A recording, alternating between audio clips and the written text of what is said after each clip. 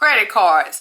They can be some of the most convenient ways to spend money, but a lot of people fall into a lot of common mistakes when they first get these cards. So in today's video, guys, I'm going to talk about those common mistakes that people make when they first get credit cards. And a lot of us don't learn those lessons until it's already too late.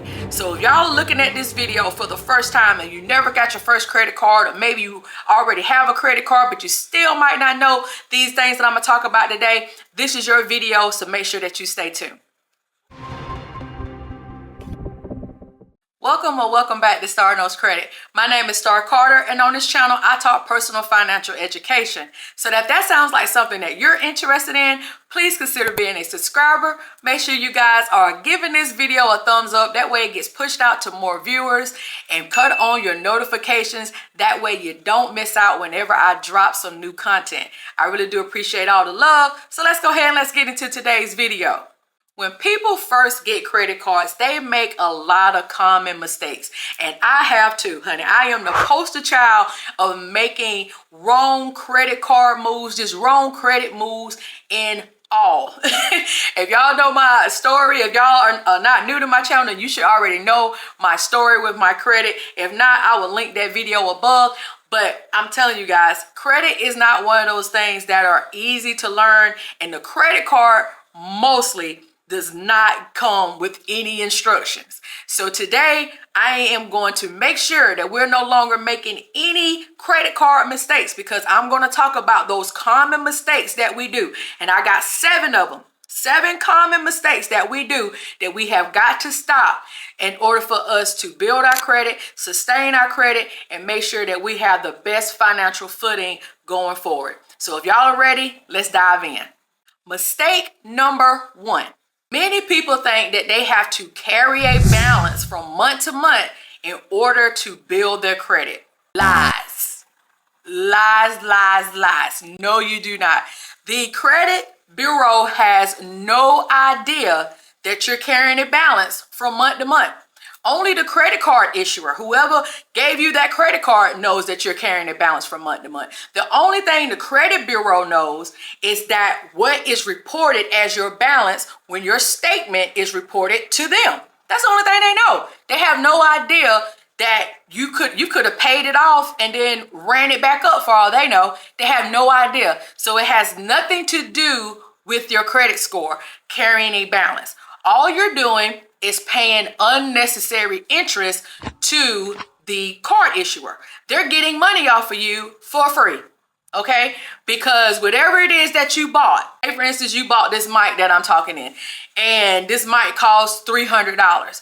If you don't pay this mic back off in the grace period, whether that's 28-day grace period, 30-day grace period, whatever your credit card issuer gives you as the grace period to not pay interest, then you're going to pay more than $300 for this mic. You're going to pay $300 plus whatever the interest is. So whatever the interest is on that credit card that you use to purchase this mic.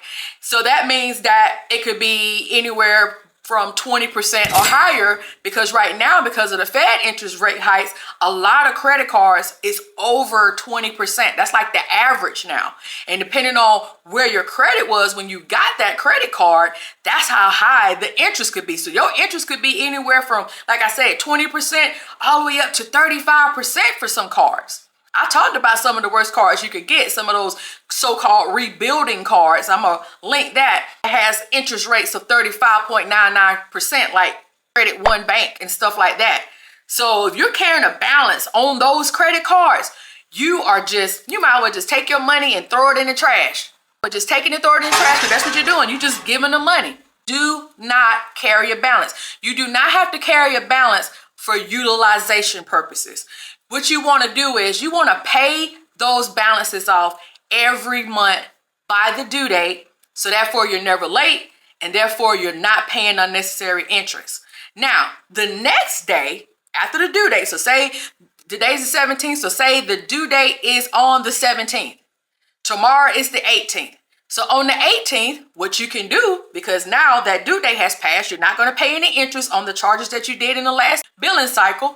So now on the 18th, what you can do is go charge something little Like, go get some gas.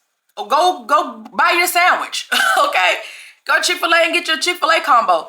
And let that report on your statement. Let that small amount report on your statement. Because your statement is usually going to come a few days after your due date. So whenever your due date is, like I said, your due date could be the 17th. Your statement could come out on the 20th or the 21st or the 22nd. So you just have to look at your bill to actually see when your statement reports. But usually it reports a few days after the bill is due.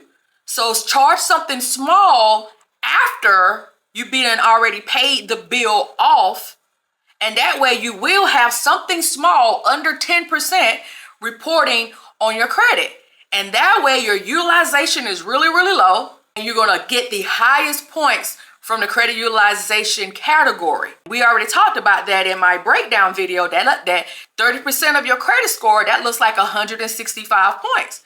So you want to get all those 165 points for credit utilization. So make sure that you are paying your balances off every month. Do not carry a balance. It's not necessary to build your credit. Mistake number 2 is maxing out that credit card as soon as you get it. This kind of piggybacks off of the number 1 with carrying the balance. Maxing the card out is terrible. You never want to do that because A, it screams that you might be living off that card.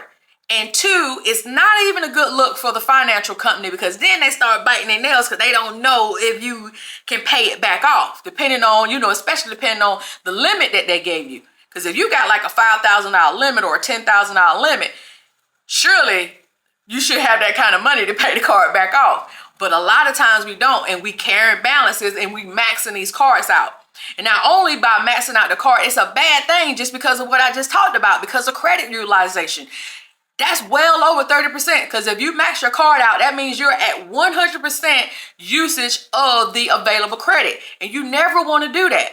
If you were to max out a card, you want to make sure that you paying that sucker back off before the statement date, or you're going to really tank your credit score. Because what I told you guys in my breakdown video, your credit score shows the lender right off top how risky you are. If you got maxed out credit cards, your credit score is going to dip because it's showing, okay, this person might have some issues with their finances. So let's drop their credit score to reflect that. You got to make sure that we are not letting these lenders not realize how risky this person may be. So it's very, very important that you're not maxing out your credit cards, especially if you cannot afford to pay them right back off. Especially before the statement date, that's when the actual credit bureaus will know if you maxed it out, because you got the credit bureau knows what your limit is and how much you used against that limit, because that's how they are able to calculate the utilization. So you do not want that limit to be right there at it. It does not look good. So don't do that. Mistake number 3, making late payments. I don't care if the payment is late 1 day. You do not need to make a late payment. Because here's the thing. With late payments, usually the payment being reported late, it usually takes 30 days for it to actually reflect on your actual credit report. So you have to get to 30 days. But here's the thing though with credit cards. If you're late 1 day, in your terms and conditions, it could automatically trigger a default interest rate, which means that they may have a default interest rate of 29.99 and say your interest rate is 20% or 18%. Say you got the card and it has a 0 intro APR for 12 months. If you're late one time, you will lose that benefit. You will automatically go to whatever the interest rate is automatically because you defaulted 1 day. So you never ever want to be late. Not only because of the credit card part, but because you do not want to take a risk on it dropping your credit score. Remember I told you guys in the breakdown, payment history, your on-time payment history counts for 35% of your credit score. That's 192.5 points. We just talked about credit utilization is 165, and that's 192.5 points. You add those two things up, you can really, really ruin your credit in just those two things. Just those two things. So on-time payment history. So if you're not, I'm not gonna say responsible, but if you're not on top of your game and knowing when your payments are due, then you need to set reminders in your phone, and you need to set up auto pay to at least pay the minimum on time if you cannot afford to pay the entire balance. But as I told you, we should not be carrying balances, because we should not be charging more than we can afford to pay back off before the due date or on the due date. We don't want to do that. We do not want to throw away money. We don't want to max out our cards. We don't want to do none of that, right? And we definitely do not want any late payments because we cannot afford to pay back what we have charged. You never want to do that. Common mistake number 4 is applying for too many cards at once.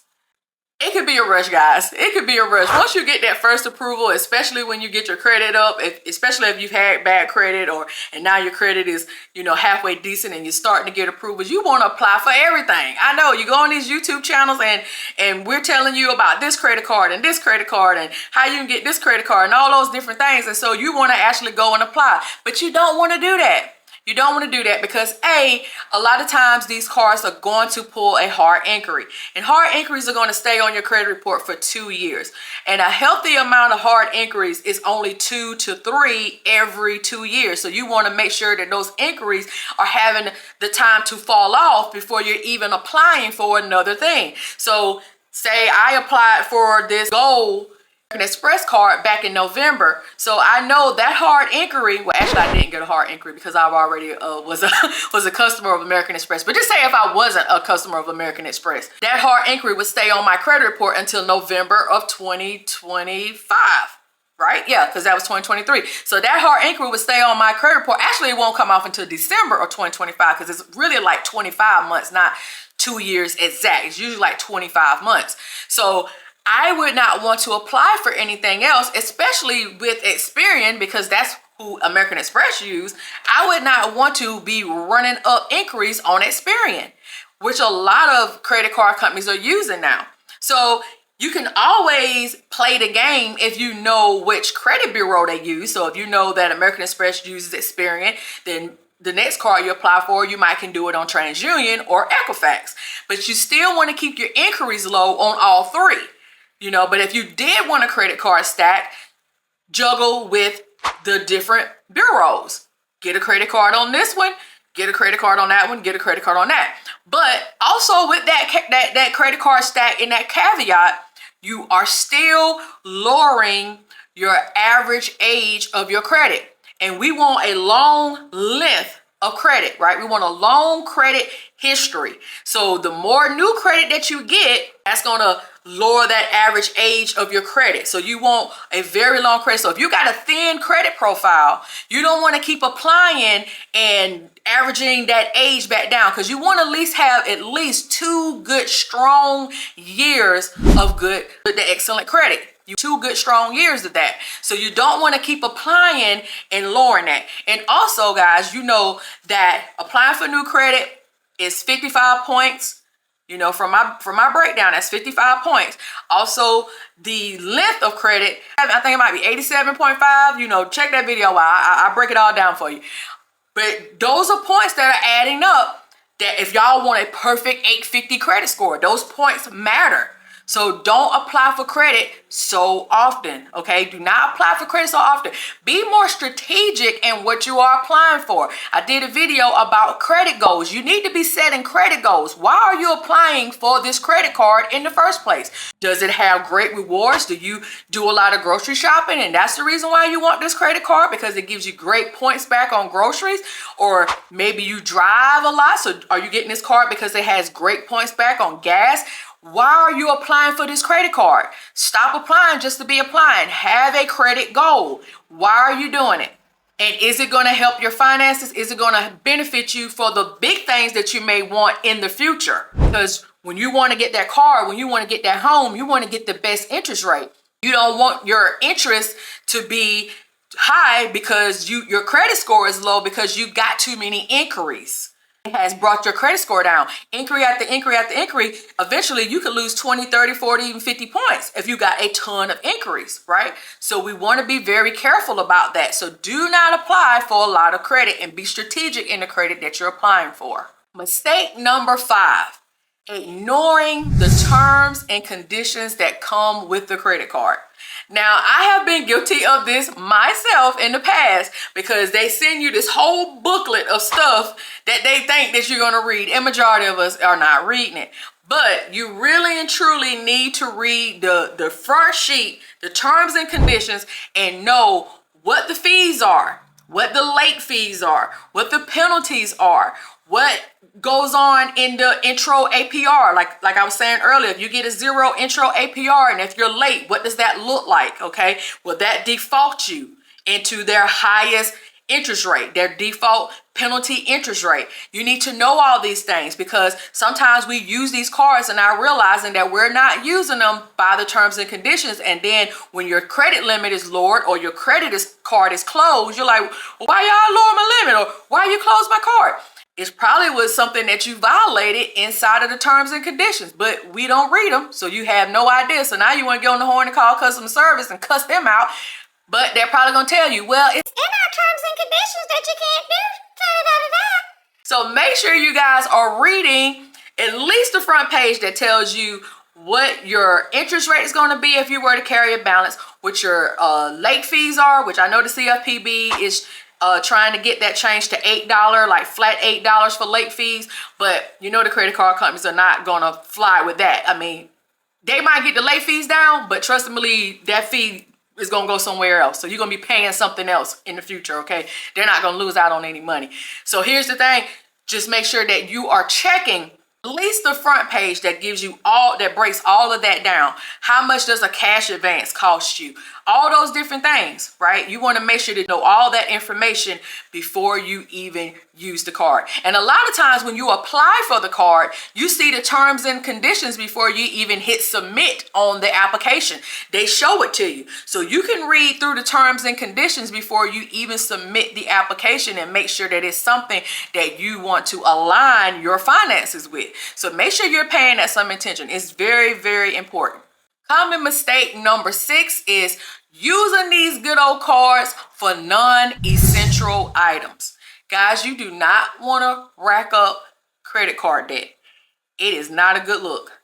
Been there, done that, got the t-shirt and the mug. You do not want to rack up credit card debt on non-essential items. So if it's not something that you need, I didn't say want, need, okay, then we do not need to be using the good old plastic, okay? And if you cannot pay it right back off, even if it is a want, it needs to be something that you can pay back off.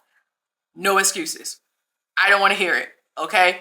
Because if you don't, credit card debt can be very crippling. I made a video about how everybody wants these high limit credit cards, but they have never used a credit card calculator to know that if you rack up $20,000 in credit card debt with an 18% interest and only paying like $320 a month, like say that's your minimum, it would take you 20 years to pay that card back off, and you'll be done paid like $60,000 worth of interest. Okay, that's the real reality of it. And a lot of people are not looking at that real reality. So do not use that card for non-essentials. Do not get a credit card just to be balling out of control or whatever, or trying to impress your friends, want to buy up it. Don't do it, okay? It's going to cost you a whole lot of sleepless nights unless you just don't care and going to ruin your credit and not pay these people. And then they're going to sue you, okay? We ain't doing that, guys. We got to do better. So do not make purchases that you cannot afford to pay back, especially non-essential purchases. Common mistake number 7 is not actually checking your bill. Not actually looking at the statement.